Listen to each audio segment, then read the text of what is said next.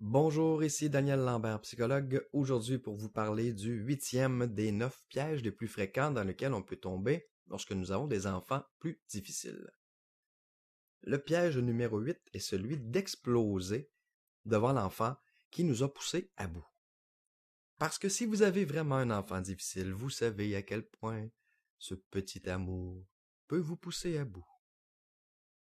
C'est un piège parce que si nous n'avons pas de plan pour être moins affectés par les crises de notre enfant, pour les prévenir ou pour les diminuer, et que ces crises-là arrivent fréquemment, il y a des grandes chances que tôt ou tard, on va exploser. Les enfants qui font beaucoup de crises finissent par nous épuiser. De même, si nous explosons devant l'enfant, nous lui donnons un exemple de ce que nous faisons lorsque les choses ne vont pas comme nous le souhaitons.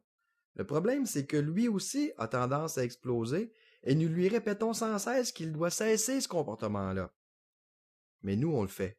Nous, quand ça va pas bien, on explose. Alors on lui montre exactement ce qu'on veut que lui ne fasse plus. Malheureusement, les enfants, les adultes aussi d'ailleurs, apprennent davantage par l'exemple que par les mots. Le fameux adage « ne fais pas ce que je fais, fais qu'est-ce que je te dis de faire » ne fonctionne pas très bien. En explosant, vous perdez votre crédibilité. Lorsque vous demandez ensuite à votre enfant de se contrôler, d'être patient. La solution. La solution, c'est de penser un petit peu plus à nous. Considérez dans le fond que de gérer un enfant qui est plus difficile, c'est littéralement une source importante de stress. Alors, qu'est-ce qu'on fait lorsqu'on est stressé? Il faut penser un petit peu plus à nous. Il faut apprendre à mieux gérer notre stress. Il faut apprendre à s'ajouter dans notre quotidien des sources de plaisir, de détente.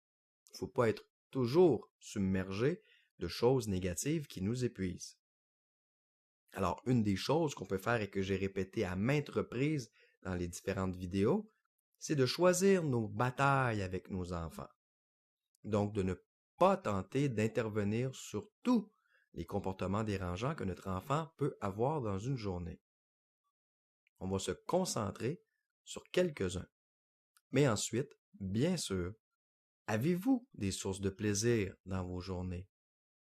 Si vous avez seulement des sources de stress, vous allez finir tôt ou tard par exploser. Alors pour prévenir ça, il faut aussi se prévoir des sources de plaisir. Ça peut être, et idéalement, ce serait de petites sources de plaisir. Des plaisirs que vous pouvez avoir au quotidien. Prenez le temps, par exemple, si vous aimez ça marcher, prenez le temps de sortir et d'aller prendre une marche, de changer d'air, d'appeler une amie. Trouvez-vous des activités intéressantes, des petits temps dans votre journée où vous pouvez faire une pause, où vous pouvez sortir de la tempête pour vous énergiser, pour refaire vos énergies.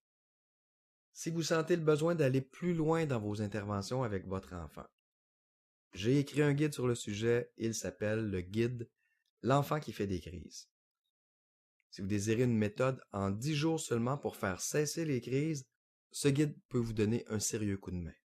La méthode offre une garantie de satisfaction en 30 jours. Si vous n'êtes pas satisfait, je vous rembourse à 100% sans question. Alors, si cette méthode vous intéresse, je vous invite à la découvrir davantage ici même sur la page sur laquelle vous visionnez présentement cette vidéo. Vous y trouverez également un bouton d'achat car oui, vous pourriez avoir en main cette méthode dans les prochaines secondes, car c'est une méthode entièrement téléchargeable directement dans votre ordinateur suite à votre paiement.